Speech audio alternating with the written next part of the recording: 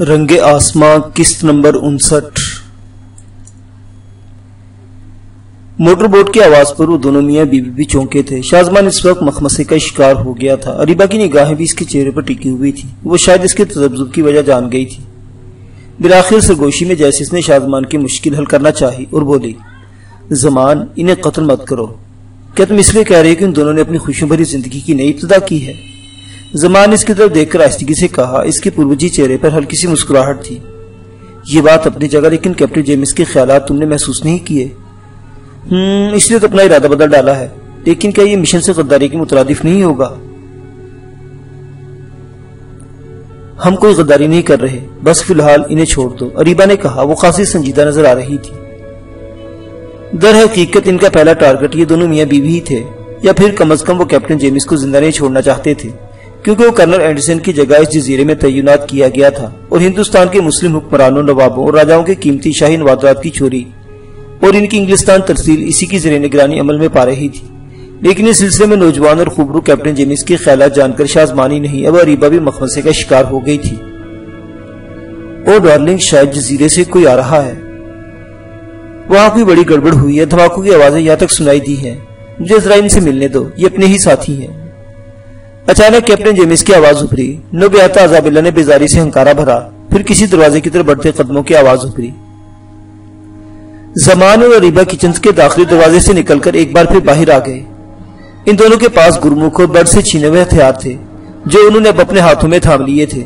اریبہ کے پاس گرمکھ سے چھینا ہوا لمبی نال والا پستول تھا، جبکہ زمان کے پاس برڈ کی رائفل۔ موٹر بوٹ کی مخصوص آواز قریب آ گئی تھی۔ وہ دوسرے رخ پر اور بھی نظروں سے اوجھل تھی۔ کیبن کا دروازہ بھی اسی جانب کھلتا تھا۔ یہ دونوں اپنی دیوار کے پیچھے چھپے کھڑے تھے۔ جیسا کہ مذکور ہوا، یہ اوپری منزل تھی۔ زمان نے سرگوشی میں اریبہ سے کہا، تم ادھر ہی کھڑی رہنا، یہاں سے کوئی آ سکتا ہے، میں ان کی باتیں سننا چاہتا ہوں۔ اریبہ نے آہستگی سے اپنے سر کو اس بات میں جنبش دی۔ زمان آگے کو کھسک گیا۔ وہ نیچے اترا، اوپری کیبن کی دیوار سے چپکا ہوا وہ اس کے داخلی دروازے سے چند قدموں کے فاصلے پر رکا۔ اس نے وہاں موجود چکردار زینے کے خلا میں اپنے ٹکنے کی جگہ بنا لی تھی۔ اسے معلوم تھا کہ وہ جو کوئی بھی تھا، انہیں دیکھنے ان کی باتیں سننے کے لیے اسے نیچے جانے کی چندہ ضرورت نہیں تھی۔ وہ موٹر بوٹ سے ہاؤس بوٹ پر سیدھا ادھر ہی کا رخ کریں گے، اور پھر ذرا ہی دیر بعد اسے اپنا اندازہ درست ہوتا ثابت نظر آیا۔ مذکورہ دروازے سے کیپٹن جیمس اپنی مخصوص سرخ اور نیلی وردی میں نمودار ہوا اور نیچے جانے کے بجائے ریکنگ پر ہی کھڑے ہو کر سامنے دیکھنے لگا۔ اسی وقت ایک مسلح فوجی اس کے پاس آئے اور مؤدبانہ کہا کہ جزیرے سے آفیسر رینالڈ آیا ہے اور وہ اسے ضروری بات کرنا چاہتا ہے۔ جواب میں کیپٹن جیمس نے فقط اپنے سر کو ہولے سے اسباتی جنبش دی تھی۔ سپاہی واپس لوٹ اس کی تھوڑی ہی دیر بعد زمان نے دیکھا۔ سیڑھیوں پر قدموں کی آواز ابھری۔ نظر آنے والے پہلے شخص کو دیکھتے ہی زمان کی آنکھوں میں خون اتر آیا اور ایک لمحے کو اس کا جی چاہا کہ اپنی رائفل اس کے ناپاک وجود پر خالی کر ڈالے، مگر بڑی مشکل سے اس نے اپنی اس خواہش کو دبائے رکھا۔ وہ رینالڈ تھا، اس کے حق میں 2 مسلح سپاہی تھے، باقی شاید موٹر بوٹ میں موجود رہے تھے۔ رینالڈ کے چہرے سے غیظ و غضب کے علاوہ پریشانی اور تشویش بھی حویدہ تھی۔ اس نے بے حد خشک مگر مؤدبانہ انداز میں کیپٹن جیمس سے مصافحہ کیا اور اسے کچھ کہا۔ کیپٹن جیمس انہیں اندر لے کر گیا۔ زمان نے ادھر ادھر دیکھا۔ وہ نہایت محتاط روی سے اپنی جگہ سے نکلا اور اریبہ سے آن ملا۔ واپس چلو جلدی، اس نے جلدی سے اریبہ سے سرگوشی کی اور ذرا ہی دیر بعد دونوں کچن کے باہر کی جانب کھلنے والے دروازے سے اندر داخل ہو گئے۔ اریبہ کو زمان نے باہر کھلنے والے دروازے پر محتاط کھڑے رہنے کی ہدایت کی اور خود اندر کمرے میں کھلنے والے دروازے کی طرف بڑھ گیا۔ اب وہ اس کی جھری سے دوسری جانب دیکھ سکتا تھا اور ان کی باتیں بھی آرام سے سن سکتا تھا۔ اس نے دیکھا کہ کیپٹن جیمس اور آفیسر رینالڈ آمنے سامنے 2 نشستوں پر پراجمان ہو چکے تھے، جبکہ سپاہی رینالڈ کے عقب میں گنے تانے الٹ کھڑے ہو گئے۔ عذابیلا اپنے شوہر کیپٹن جیمس کے برابر والی نشست پر بیٹھی تھی۔ اس نے دیدہ زیب اور دلکش سا رنگین فراق پہن رکھا تھا، جس کا گریبان قدرے کشادہ تھا۔ اس کی عمر 19-20 سے کسی تو زیادہ نہیں لگتی تھی۔ اپنے شوہر کی طرح وہ بھی سروقد تھی، رنگ گورا اور سرخی مائل تھا، آنکھیں گہری براؤن تھیں۔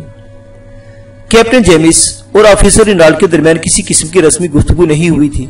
نشست سنبھالتے ہی رینالڈ نے کیپٹن جیمس سے کہا، بہت معذرت اور افسوس سے مجھے یہ کہنا پڑ رہا ہے کہ کیپٹن، کہ جب سے تم نے اس جزیرے کا چارج سنبھالا ہے، تب سے یہاں مسلم باغیوں کی چھاپہ مار کاروائی اور کوئی نہ کوئی گریلا کاروائی ہوتی رہتی ہے۔ خاور حیات کے پورے کمانڈر گروپ کو تو کرنل اینڈرسن نے اپنی دانش مندی اور چابک دستی سے صفایا کر دیا تھا، مگر کرنل اینڈرسن کے جاتے صرف 2 مسلم گوریلوں نے یہاں تباہی اور بربادی مچا دی ہے، جن میں سے ایک عورت ہے۔ آفیسر رینالڈ کرنل اینڈرسن کے گن گانے کے بعد ذرا دیر کے لیے خاموش ہوا۔ اس کا خیال تھا کہ یہ نوجوان اور خوبرو کیپٹن جیمز اس کے کڑوے کسیلے جملے پر سخت برہم ہوگا، مگر وہ خاموشی سے نشیز سے پشت ٹکائے اس کی جانب دیکھتا رہا، جیسے کہہ رہا ہو تم نے اپنی بات ختم کر لی ہو تو میں اب کچھ کہوں۔ عزابیلا کی آنکھوں اور حسین چہرے سے بھی بے پرواہی کے آثار ہویدا تھے۔ جیسا کہ مذکور ہوا، آفیسر رینالڈ کرنل اینڈرسن کا منچڑا افسر تھا۔ وہ صرف اینڈرسن کو اپنا افیسر سمجھتا تھا اور اس کی ہی مانتا تھا۔ اس کی وجہ یہ تھی کہ اینڈرسن اور رینالڈ کا مزاج اور فطرت ایک دوسرے سے میل کھاتی تھی۔ دونوں ہی مسلم باغیوں کے خلاف اپنے دل و دماغ میں نفرت، کینہ اور بغض رکھتے تھے۔ نیز ہندوستان کے مسلم بادشاہوں کے عظیم خزانے کو چوری کر کے انگلستان منتقل کرنے میں بھی زیادہ پرجوش تھے۔ یوں ان دونوں کے اس ناپاک مقصد میں دلچسپی بھی مشترکہ تھی۔ لہذا کیپٹن جیمز کو جب کرنل اینڈرسن کی جگہ یہاں تعینات کیا گیا تو رینالڈ کو یہ نوجوان افیسر ایک آنکھ نہیں بھایا تھا، کیونکہ نہ اس نے کبھی جیمز کو انگریزوں کو بر صغیر میں برتری سے متعلق مثبت اظہار خیال کرتے دیکھا اور نہ ہی سنا تھا۔ رینالڈ کا خیال تھا کہ یہ نوجوان اپنی حسین و جمیل اور نوبیاہتا بیوی عزابیلا کے سوا اور کسی مسئلے میں توجہ ہی نہیں دینا چاہتا، اور کیپٹن جیمز کو بدستور سامع کی حیثیت میں پا کر رینالڈ نے دانستہ ایک تنزیہ سی نظر کیپٹن جیمز کے برابر میں پراجمان حسین و جمیل عزابیلا پر ڈالی۔ میرا خیال ہے آپ دونوں کو نئی شادی کے بعد ہنی مون کے بجائے یہاں ایک خوش ڈیوٹی پر بھیج دیا گیا، جو میرے خیال میں ایک غلط فیصلہ تھا۔ رینالڈ کا خیال تھا کہ اس کے آخری طنز ماست پر تو ضرور کیپٹن جیمز بھڑک اٹھے گا، اور ایک حد تک یہ درست بھی تھا، کیونکہ کیپٹن جیمز بہرحال ایک نوجوان تھا۔ اس کی رگوں میں بھی جوانی کا گرم خون گردش کر رہا تھا، اسے بھی ایک دم غصہ آ سکتا تھا۔ لیکن اس کے برعکس کیپٹن جیمز نے رینالڈ کی طرف دیکھتے ہوئے نہایت بردبادارانہ انداز میں لیکن تیکھے اور کٹیلے لہجے میں کہا، آفیسر رینالڈ، تمہیں سرکار نے یہاں جھک مارنے کے لیے بھیجا ہے۔ جزیرے کی ناکہ بندی اور مشکوک افراد پر کڑی نگرانی کی ساری ذمہ داری کرنل اینڈرسن نے تمہارے ذمہ لگا رکھی ہے، اور تم کیا سمجھ رہے ہو کہ میں یہاں اپنی آنکھیں بند کیے بیٹھا ہوں؟ جہاں تک رہی ہے اس جزیرے میں ڈیوٹی کی بات، تو ہماری قوم کا ہر سپاہی، ہر آدمی اس وقت پورے بر صغیر میں ڈیوٹی پر ہی ہے۔ یہ تمہاری اپنی نااہلی ہے کہ صرف 2 مسلم گریلوں کا ہاتھوں تم اس قدر بے بس ہو گئے ہو اور منہ اٹھائے یہاں چلے آئے ہو۔ اطلاع دینے والی بات اور ہے، مگر تم نے یہاں آ کر اپنی شکست و ناکامی پر پردہ ڈالنے کے لیے میرے سامنے خرافات بکنا شروع کر دی۔ کیپٹن جیمز کے یہ الفاظ رینالڈ کی پیشانی پر لگے۔ وہ بھی تڑک کر بولا، کیپٹن، میں یہاں زیادہ باتیں کرنے نہیں آیا ہوں۔ موجودہ حالات کو مدنظر رکھتے ہوئے سیاح کو اب انگلستان روانگی کا حکم نامہ جاری تمہیں کرنا ہوگا۔ اسی وقت بصورت دیگر مجھے اجازت نامے کے لیے کہیں اور سے رجوع کرنا پڑے گا۔ اس نے جیسے ہی بات ختم کر دی، کیپٹن جیمز سوچ میں پڑ گیا۔ جیمز کے لیے رینالڈ کا یہ رویہ نہیں تھا، کیونکہ اسے اب تک یہاں رہتے ہوئے یہ اندازہ ہو چکا تھا کہ رینالڈ کس قدر خود سر اور منچڑا آدمی ہے۔ اس کی وجہ کرنل اینڈرسن کی ڈھیل تھی، جو اس نے خاور حیات والے گروہ کو نہایت صفاقی اور بے رحمی سے ختم کرنے کی وجہ سے اسے دے رکھی تھی، اور جیمز یہ بھی جانتا تھا کہ اس بار صرف 2 مسلم گریلوں، جن میں ایک عورت بھی ہے، انہوں نے رینالڈ کا سارا غرور خاک میں ملا دیا تھا، اور وہ اپنی اس ناکامی اور شکست پر بری طرح جھلایا ہوا تھا۔ یوں وہ اس کے سر اپنی ناکامی تھوپنے کی کوشش کر رہا تھا۔ کیپٹن جیمز نے سوچا رینالڈ اعلی حکام کو غلط تصویر پیش کر کے وہ اجازت نامہ حاصل بھی کر سکتا ہے، لہذا اس سے بحث کرنا فضول ہی تھا۔ اس نے وہ زیادہ بات کے بجائے سیاح کی انگلستان روانگی کا حکم نامہ جاری کر دیا۔ ادھر شاہ زمان یہ ساری کاروائی دیکھ رہا تھا۔ کیپٹن جیمز کو مونچڑے ماتحت کے دباؤ میں آتا دیکھ کر جیمز کو مردود رینالڈ پر سخت طیش آنے لگا۔ وہ جان گیا تھا کہ رینالڈ اپنی ناکامی کیپٹن جیمز کے سر مڑنے کی کوشش کر رہا تھا، مگر جیمز نے بھی اسے اپنی اوقات یاد دلا دی تھی۔ تاہم اب رینالڈ ڈر گیا تھا کہ کہیں وہ دونوں گریلے زمان اور اریبہ سیاح کی روانگی کو بھی خطرے میں نہ ڈال دیں۔ یوں کیپٹن جیمز کو بھی حالات سے مجبور ہو کر ہی حکم نامہ جاری کرنا پڑا تھا۔ کیپٹن جیمز نے اسی وقت حکم نامہ جاری کر کے رینالڈ کو تھما دیا۔ شاہ زمان کسی بگولے کی طرح پلٹا اور اریبہ کو مختصر ترین الفاظ میں ساری بات بتاتے ہوئے پرجوش لہجے میں بولا، رینالڈ کا خاتمہ اب ضروری ہو گیا ہے، اس سے پہلے کہ وہ سیاح تک پہنچے۔ دونوں باہر آ گئے۔ کیپٹن کیبن کی اگلی دیوار سے چھپے ہوئے نیچے جانے والے زینے کی بجائے دوسری طرف کود گئے۔ ہالٹ! اچانک ایک کرخت آواز ابھری۔ یہ وہی پہرے دار تھا جو انہیں ہاؤس بوٹ پر کھڑا نظر آیا تھا۔ شاہ زمان کو اس بات پر پچھتانے کا موقع نہ ملا کہ اس کا بندوبست اسے شروع میں ہی کر دینا چاہیے تھا۔ پہرے دار نے ایک فائر جھونک دیا۔ رات کے دم بخود سناٹے میں گولی چلنے کی آواز کسی دھماکے سے کم نہ تھی۔ شاہ زمان کی گولی لگی اور اس کے حلق سے مارے اذیت کی چیخ نکل گئی۔ وہ لڑکھڑایا۔ اریبہ ہراساں ہو گئی۔ زمان! اریبہ دوپہرے لہجے میں سے سنبھالنے کو لگی۔ فرنگی پہرے دار نے اپنے رائفل سے دوسری گولی داغی۔ اس بار اس کا نشانہ اریبہ تھی۔ مگر زمان نے گرتے ہوئے بھی اپنے حواس بحال رکھے تھے اور خطرے کو قریب تر محسوس کرتے ہوئے اریبہ کو اپنے ساتھ ہی نیچے لڑکھا دیا تھا۔ رات کے سناٹے میں دوسری گولی کا دھماکہ ہوا اور اریبہ کی وجہ گولی کیبن کی دیوار میں پیوست ہو گئی۔ اریبہ نے اپنا پستول تولا اور غضب ناکی سے ہونٹ بھیجتے ہوئے ایک آڑ سے فرنگی پہرے دار کی موجودہ سمجھ جانچی۔ جلدی اسے اس کا ہیولا ایک مستول کی آڑ سے جھلک دکھا گیا۔ اس نے تاک کر گولی چلا دی۔ ایک چیخ ابری اور پہرے دار ریلنگ سے ٹکراتا ہوا ایک چھپاکے سے سمندر میں جا گرا۔ اسی وقت دوڑتے قدموں کی آوازوں کے ساتھ ہی رینالڈ کی چلاتی ہوئی غضبناک آواز سنائی دی، الرٹ، وہ دونوں ہاؤس بوٹ میں موجود ہیں، گولیوں سے بھون دو ان دونوں کو۔ گولی زمان کے دائیں شانے میں پیوست ہو گئی تھی۔ اریبہ نے اسے سنبھالے رکھا تھا۔ زمان کو زخمی دیکھ کر اس کی آنکھوں میں آنسو آ گئے۔ یہ رونے کا وقت نہیں اریبہ، میری گن اٹھاؤ اور اب اپنا پستول میرے ہاتھ میں تھما دو۔ زمان نے اپنی حالت پر قابو پاتے ہوئے اس سے کہا اور اریبہ نے اس کی گن جو اس کے ہاتھ سے چھوٹ کر قریب ہی گر پڑی تھی وہ خود تھام لی اور اپنا پستول شاہزمان کو دے دیا۔ زخمی شانے کے سبب شاید وہ رائفل اٹھانے میں دقت محسوس کر رہا تھا، اس لیے اس نے اریبہ سے پستول لے کر رائفل اس سے تھما دی تھی۔ پہرے دار کو میں نے گولی مار دی ہے، لیکن رینالڈ کو ہاؤس بوٹ سے زندہ نہیں بچنا جانا چاہیے، وہ بولا اور بمشکل تمام اریبہ کے سارے اٹھا۔ وہ پریشانی سے بولا، میں اس مردود سے نمٹ لیتی ہوں۔ زمان، تم ہرگز نہیں، وہ اکیلا نہیں ہے اور ممکن ہے وہ بزدل ہاؤس بوٹ سے فرار ہو کر سیاق تک پہنچنے کی کوشش کرے۔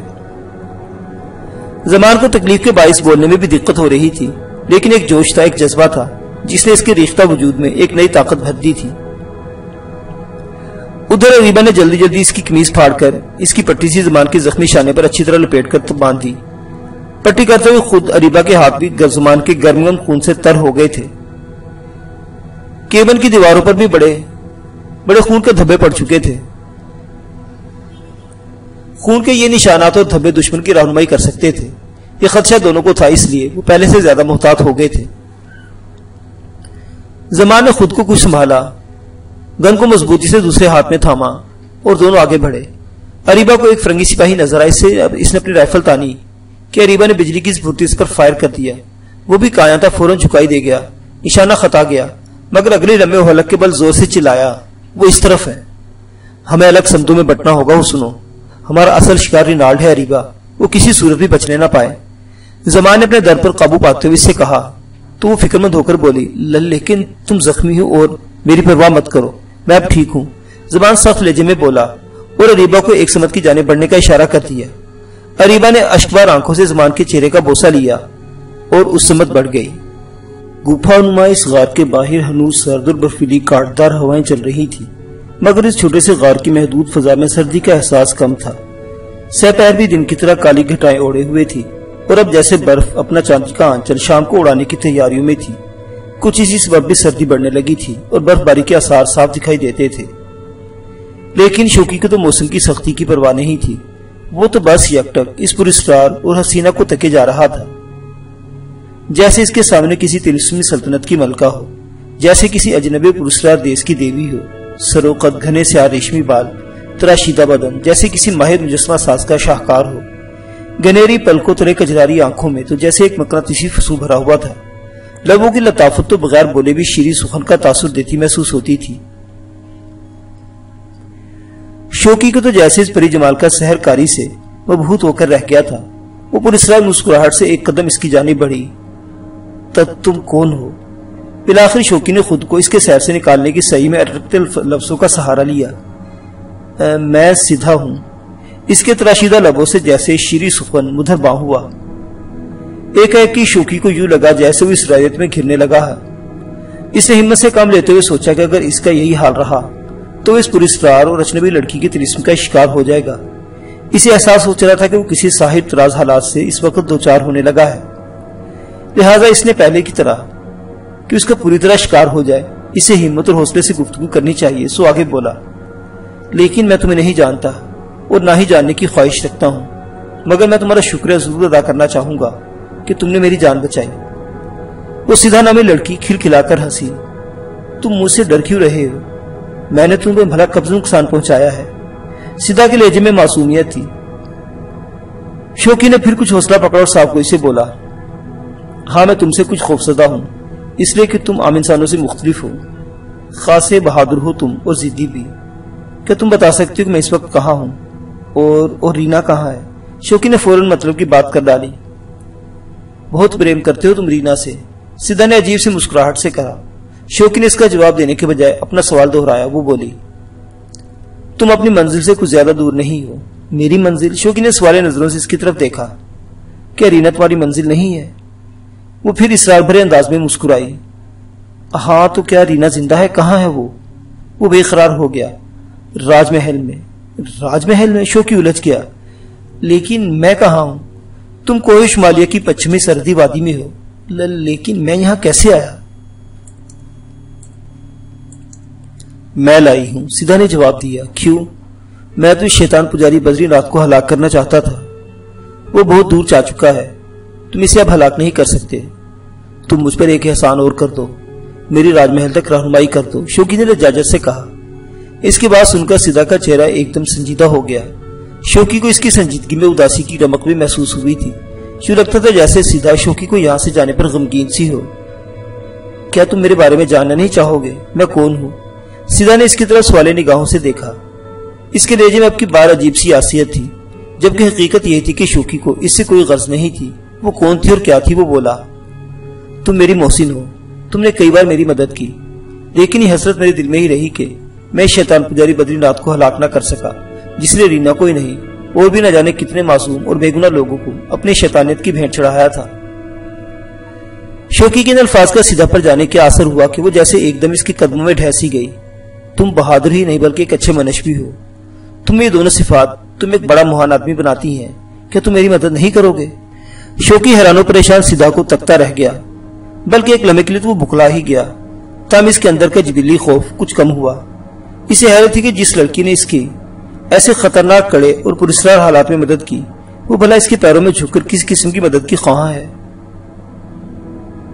اس نے ذرا جھجکتے ہوئے اسے چھوا تو وہ اسے انسانوں کی طرح لگی۔ تب اس نے مطمئن ہو کر بازوں سے تھام کر اٹھایا اور اپنے سامنے کھڑا کر کے بولا، سدھا تم نے مجھے پہلے خوفزدہ اور اب حیران کر دیا ہے۔ سمجھ نہیں آتا کہ جس نیک ہستی نے میری ایسے حالات میں بار بار مدد کی، وہ بھلا کیوں کر الٹا مجھ سے مدد کے لیے کہہ رہی ہے۔ شوکی کی بات پر سدھا کی آنکھوں میں چمک ابھری، اس کے دل نشی لب واہ ہوئے اور وہ بولی، شوکی اس سنسار میں ایسا ہی کچھ ہے، کوئی بھی کسی کے کام آتا ہے اور کبھی کوئی، شاید یہی فطرت کا تقاضا بھی ہے، ایک دوسرے کے کام آؤ تاکہ یہ سنسار آگے بڑھتا رہے۔ مگر کبھی کبھی ایسا بھی ہوتا ہے کہ جیون کے کسی موڑ پر دو انسان ایک دوسرے کی مدد کے محتاج بھی ہو جاتے ہیں۔ جہاں تک میں تمہاری مدد کر سکتی تھی وہ میں نے کی، لیکن میں بھی ایک مصیبت میں گرفتار ہوں، اس لیے تم سے مدد طلب کر رہی ہوں۔ مگر ایک بات یاد رکھنا شوکی، میری مدد میں تمہاری مدد شامل ہے، اور اب میں تم سے پوچھتی ہوں کہ کیا تم میری مدد کرو گے؟ شوکی اس کی بات سن کر عجیب سے مخمصے کا شکار ہو گیا۔ اسے کوئی تسلی تو ہوئی کہ یہ لڑکی جو انسانوں ہی کی طرح باتیں کر رہی ہے کوئی روح یا جن بھوت نہیں تھی، لیکن اس میں اسراریت موجود تھی کیونکہ وہ اس کے نام سے بھی واقف تھی۔ اس نے جواب میں کہا، دیکھو سدھا، پہلی بات تو یہ ہے کہ میں جب بھی کسی مصیبت کا شکار ہوتا ہوں تو صرف اپنے اللہ سے ہی مدد طلب کرتا ہوں، اور وہی سب کا پالن ہار ہے، پھر وہی کسی کو کسی کے لیے مدد کا ذریعہ بناتا ہے۔ تم بھی میرے بجائے ایک اللہ سے مدد مانگو، وہ رحیم و کریم ہے اور سب سے زیادہ طاقت والا بھی ہے۔ میں اور تم تو ایک کمزور سی ہستی ہیں۔ میں اللہ سے بھی مدد مانگتی ہوں، تو کیا میں یہ نہ سمجھوں کہ اس نے مجھے تمہاری مدد کرنے کی توفیق عطا کی، اور اب وہ تمہیں بھی میری مدد کے لیے توفیق عطا کر سکتا ہے۔ شوکی اس کی بات سن کر لاجواب سا ہو گیا۔ سدھا کی زبانی اللہ کا نام سن کر اسے خوشی ہوئی تھی کہ اس پراسرار لڑکی کا تعلق کسی ماورائی یا شیطانی ہستی سے نہ تھا، لیکن پھر بھی اس کے ذہن میں ایک سوال ابھرا جو بے اختیار اس کی زبان پر بھی آ گیا، کیا تم مسلمان ہو؟ میں اس وقت کچھ بھی نہیں ہوں، نہ مسلمان نہ ہندو، وہ بولی۔ تو اس کا مطلب ہے تم ہندو مت سے تعلق رکھتی ہو؟ رکھتی تھی مگر اب کچھ بھی نہیں رہی، اس نے جواب میں کہا۔ شوکی الجھ کر رہ گیا، پھر بولا، میں تمہاری کیا مدد کر سکتا ہوں؟ اس کی بات پر سدھا نے اپنے آنسو پھونچے، پھر پلٹ کر اس سے چند قدموں کی دوری پر جا کھڑی ہوئی اور چند ثانیے اس کی طرف سوچتی نگاہوں سے تکتی رہی۔ شوکی کی نظریں بھی اس کے حسین چہرے پر جمی ہوئی تھی۔ چند لمحات اسی طرح کی خاموشی کی نظر ہو گئے۔ باہر سرد ہواؤں کا زور بڑھتا جا رہا تھا۔ پھر سدھا نے حلق سے ایک گہری امکاری اس کی خارج کی اور بولی، شوکی کیا تم میری جیون کتھا سننا پسند کرو گے؟ میرا خیال ہے اس کے بعد ہی تم میری مدد کرنے کا فیصلہ کر سکتے ہو۔ میں تیار ہوں، شوکی نے کہا، لیکن باہر شاید موسم خراب ہونے لگا ہے، شام اترا ہی ہے اور میرا خیال ہے برف باری بھی ہونے والی ہے۔ اس نے دیکھا کہ سدھا اس کی رضامندی جان کر ایک دم خوشی نظر آنے لگی۔ فوراً اسی لہجے میں شوقی سے بولی، تم اس کی چنتا مت کرو، ہم یہاں سے کسی اور جگہ پر چلیں گے، آؤ میرے ساتھ۔ یہ کہتے ہوئے وہ غار کے دھانے کی طرف بڑھی۔ شوقی اس کے ساتھ کہیں جانے کے لیے تیار نہ تھا، مگر دوسری لمحے اس کی حیرت کی کوئی انتہا نہ رہی کہ اس کے قدم خود بخود اٹھنے لگے، جیسے کسی انجانی طاقت اسے سدھا کے پیچھے چلنے پر مجبور کر رہی ہو۔ وہ اس کے عقب میں چل پڑا۔ دونوں غار سے باہر آ گئے۔ آسمان پر تاریکی چھانے لگی تھی، برفیلی ہواؤں کا زور جاری تھا، ترائی میں جا بجا برف سی نظر آتی تھی۔ عجیب پراسرار سا ماحول طاری تھا ہر سو۔ شوقی کو حیرت ہوئی کہ اسے سردی کا کچھ خاص احساس نہیں ہو رہا تھا، اور وہ سدھا کے پیچھے پیچھے اس دشوار گزار راہ گزر پر یوں بآسانی چلا جا رہا تھا جیسے وہ سیدھا سادہ راستہ ہو۔ تھوڑی دور چلنے کے بعد یہ دونوں قدرے ترائی میں اتر آئے اور ایک پہاڑی چھجے کے نیچے آئے تو انہیں ایک مڑی سی نظر آئی۔ وہ اس کے اندر داخل ہو گئے۔ مڑی میں آتے ہی سردی کا تھوڑا بہت احساس بھی جاتا رہا اور یہاں سکون سا محسوس ہوا۔ یہاں روشنی تھی اور چھت سے ایک فانوس جھول رہا تھا۔ اندر شاید چربی کے تیل کا دیا روشن تھا۔ ایک طرف مرگ چھالا سی کھال کا گرم بچھونا تھا جو اتنا کشادہ تھا کہ اس میں 2-3 افراد آرام سے بیٹھ اور لیٹ سکتے تھے۔ اس کے علاوہ چھوٹا موٹا عام سی ضروریات کا زندگی کا سامان بھی پڑا تھا۔ شوقی کو یہ دیکھ کر حیرت ہوئی کہ اس برفیلے ویرانے میں یہ آرام دہ مڑی آخر کس کی تھی۔ دونوں آمنے سامنے بیٹھ گئے۔ شوقی کو دراصل سدھا کی باتوں نے کافی متاثر کیا تھا، بالخصوص اس کی یہ بات اس کے دل کو لگی تھی کہ ایک انسان ہی دوسرے کے کام آتا ہے، اور بسا اوقات ایسا ہوتا ہے کہ دوسرے کی مدد میں اس کی اپنی مدد بھی نتھی ہوتی ہے۔ سدھا نے اپنی داستان سنانے سے پہلے شوقی سے کہا، شوقی، اپنی جیون کتھا سنانے سے پہلے میں تم سے پھر کچھ کہوں گی کہ میری مدد میں ہی تمہاری مدد شامل ہے۔ تم رینا سے محبت کرتے ہو، اسے حاصل کرنا چاہتے ہو، یہ اچھی بات ہے۔ مجھے بھی اس کی خوشی ہوگی، لیکن کیا تم سمجھتے ہو کہ ایک خطرہ پھر بھی تمہارے سر پر لٹکتی تلوار کی طرح منڈلاتا رہے گا، اور کیا خبر اس کا وار کبھی کاری پڑ جائے تو پھر تم کیا کرو گے؟ کیا یہ بہتر نہیں کہ رینا کو حاصل کرنے سے پہلے ہی تم اسے ختم کر دو؟ یقیناً میں بہتر سمجھوں گا، شوقی نے اس کی طرف دیکھ کر کہا۔ جانے کیوں اس کے اندر کا تجسس بڑھتا جا رہا تھا، لہٰذا وہ اس سے مزید بولا، تم کھل کر بات کرو سدھا، میں تمہاری بات سننا چاہتا ہوں۔ اس کے لیے تمہیں پہلے میری جیون کتھا سننی پڑے گی جو زیادہ طویل نہیں ہے۔ پھر بھی تمہیں اگر مجھے چھوڑ کر الگ راستہ اپنانا ہو تو میں وچن دیتی ہوں پھر کبھی تمہارے راستے میں نہیں آؤں گی۔ ہاں، ایک بات ضرور کہوں گی کہ میری کتھا کو غور سے سننا۔ ہو سکتا ہے کہ تمہیں ابتدا میں ان پراسرار واقعات پر وشواس نہ آئے اور کچھ سوالات بھی ضرور ذہن میں ابھریں گے، لیکن تم صرف پہلے خاموشی سے میری کتھا سنتے رہنا۔ مجھے پورا وشواس ہے کہ کتھا کے آخر تک تمہیں سارے سوالوں کے جواب مل جائیں گے۔ اگر پھر یہ ایسا نہ ہو تو میں تمہیں تمہارے سوال کا جواب ضرور دوں گی، مگر اپنی جیون کتھا مکمل کرنے کے بعد۔